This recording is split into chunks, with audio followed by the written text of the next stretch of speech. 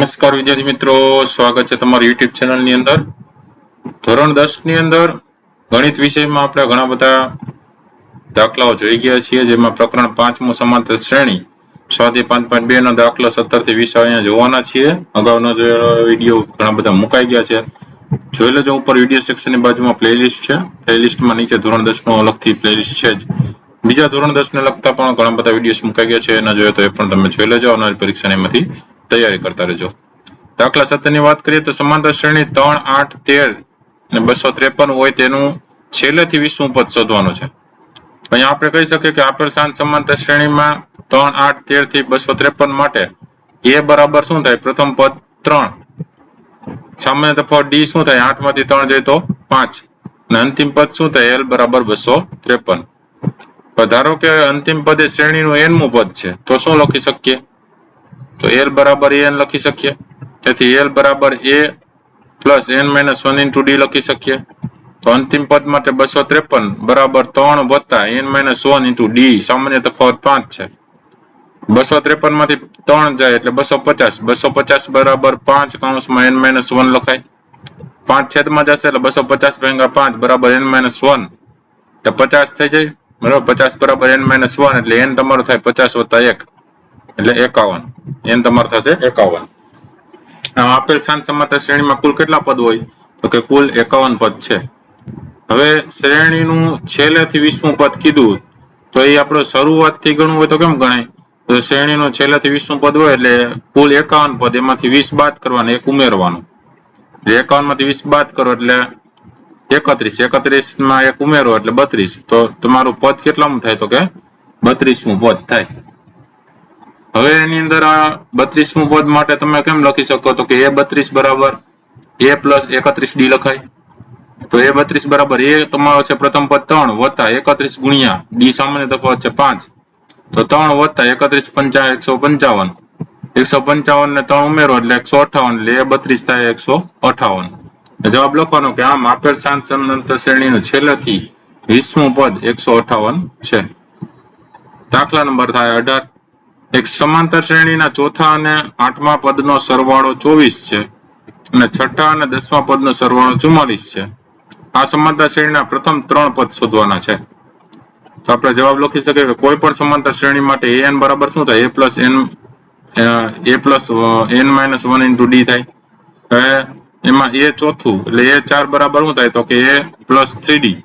a 8મું તો a plus 7d. a 6 એટલે a plus 5d અને a 10 એટલે a પ્લસ 9d થાય. ચોથા અને 8માનો સરવાળો 24 છે એટલે a4 વત્તા ad a8 બરાબર 24. તો a વત્તા 3d લખાય, a4 એટલે વત્તા a8 એટલે a વત્તા 7d લખાય, એના બરાબર 24. તો 2a વત્તા 7 ને 3 10d બરાબર 24. હવે એને 2 વડે ભાંગી નાખીએ તો a વત્તા 5d બરાબર 12 લખાય. હવે સમીકરણ નંબર 1 વળિયામાં a6 તમે લખો તો a6 વત્તા a10 બરાબર 44 લખાય. તેથી a વત્તા 5d વત્તા a વત્તા 9d એના બરાબર 44 લખાય. તો 2a વત્તા કેટલા થાય? 14d બરાબર 44. 2 વડે ભાંગી નાખો તો a વત્તા 7d બરાબર 22 લખાય. સમીકરણ 1 ને સમીકરણ 2 ને બે બાદબાકી કરીએ તો a વત્તા 7d માઇનસ a વત્તા 5d બરાબર, બીજામાંથી પેલું બાદ કરીએ છીએ એટલે 22 માઇનસ 12. તો a તો કેન્સલ થઈ જશે એટલે 2d બરાબર 10. તો d તો કેટલો થાય? 10 ભાગ્યા 2 એટલે d તમને મળી ગયો 5. હવે સમીકરણમાં મૂકી દો a વત્તા 5d બરાબર 12.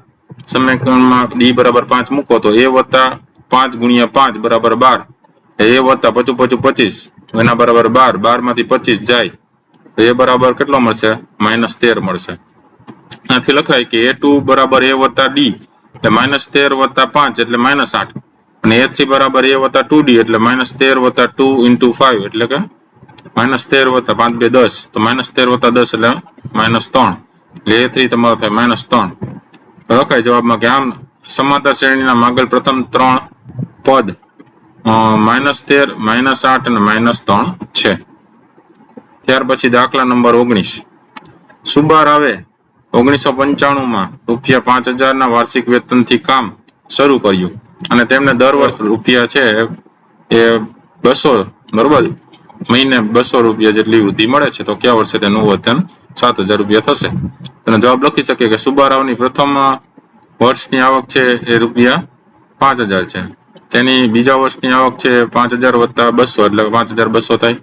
તેની ત્રીજા વર્ષની આવક થાય 5,200 વત્તા 200 એટલે 5,400 થાય. તેની આવકના આ આંકડામાં સમાંતર શ્રેણી શું થાય તો કે 5,000 5,200 5,400 એ રીતે થતી જાય. તો અહીંયા એ બરાબર 5,000 છે. ડી તમારું થાય 5,200 માંથી 5,000 બાદ કરો એટલે 200. એન તમારું થાય 7,000 અને એન શોધવાનો છે તો એન બરાબર a plus n minus 1 into D ની અંદર એન ની જગ્યાએ 7,000 મૂકી દો. એના બરાબર 5,000 વત્તા n માઇનસ 1 ઇન્ટુ ડી ની જગ્યાએ 200.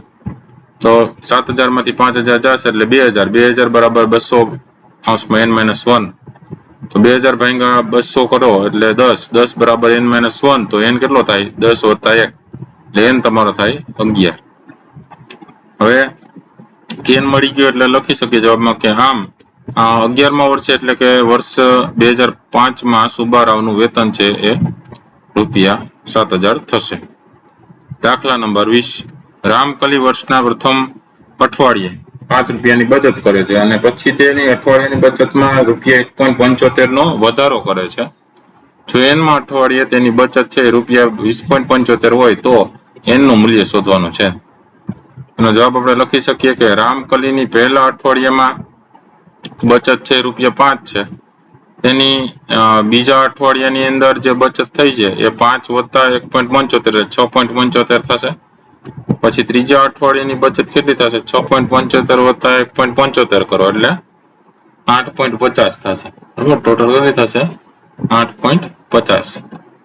હવે 8.50 આમ રામકલી અઠવાડિયા બચતના આંકડા જોઈએ તો પહેલા સમાંતર શ્રેણી પ્રમાણે 5 પછી 6.75 પછી 8.50 એવી રીતે સમાંતર શ્રેણી રચે છે.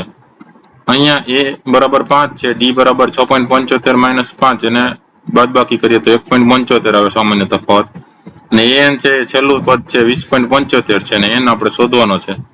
તો an બરાબર a plus n minus 1 into D ની અંદર કિંમત મૂકી દે. an ની જગ્યાએ 20.75 એના બરાબર a ની જગ્યાએ 5 વત્તા n માઇનસ 1 ઇન્ટુ ડી ની જગ્યાએ 1.75. 20.75 માઇનસ 5 કરો એટલે 15.75 એના બરાબર 1.75 કૌંસમાં n માઇનસ 1. 15.75 ભાગ્યા 1.75 કરો એટલે 9. 9 બરાબર n માઇનસ 1. તો n કેટલો થાય 9 વત્તા 1 એટલે કે n ટોટલ થશે 10. જવાબ લખી શકીએ કે આમ રામકલીની n માં અઠવાડિયે બચત છે રૂપિયા 20.75 હોય તો n બરાબર 10 થાય. આધારે આપણે દાખલો ગણી શકીએ.